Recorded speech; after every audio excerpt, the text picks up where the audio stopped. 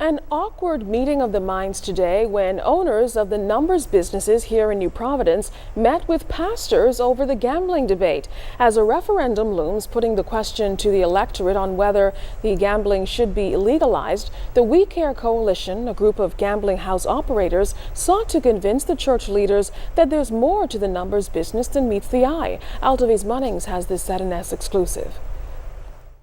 They've never met before, but Tuesday's initial top-level meeting between numbers owners and New Providence-based pastors that lasted for about 90 minutes clarified any misconceptions or concerns about the numbers business and the proposed referendum on gambling. The We Care Coalition listened attentively and respectfully to the concerns of the religious leaders.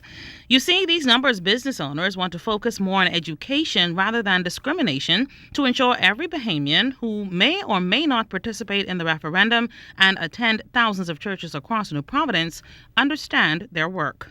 The pastors, they did express that they will not go out there and tell people to vote yes, but a lot of them said that they will not go there and tell people to vote no.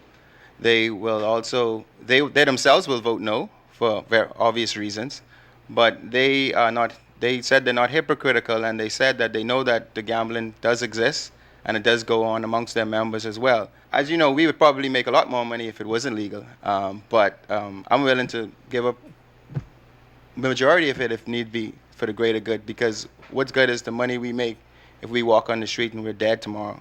Comparing the impact of numbers on the country to Junkanoo, the We Care Coalition, chaired by Sebas Bastian, fully supports the government's pending referendum. The group collectively employs 3,000 Bahamians, and an approved numbers business would lift the high level of uncertainty that clouds it. The customers will basically feel much better because they're not locked up when they patronize these various businesses.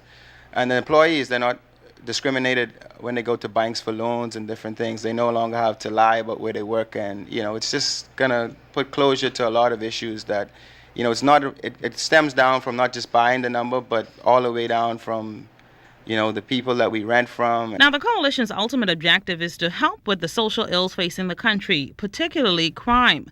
For many years, they've anonymously contributed to those in need. The group also plans to pitch ideas to the government on regulating the industry. People wake up, just go to bed just to dream about a number sometime, and everything revolves around a number.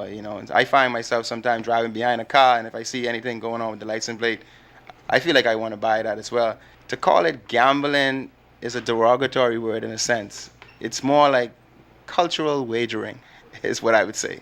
Mount Calvary Baptist Church pastor Bishop Philip McPhee facilitated the meeting on Tuesday and is satisfied that both groups are on one accord. We came here to hear the truth, and then later on from this meeting to go back to our congregations and give the truth to them so they will understand what this referendum is all about. So we would want them to encourage basically those who are not strong enough to resist going into a web shop early on Sunday morning. If they gotta go, let them come to church first. Maybe the sermon might prevent them from going later on. The We Care Coalition hinted they believe the government's referendum on the numbers business and not gambling will happen in either October or November of this year. Altavis Munnings, ZNS News.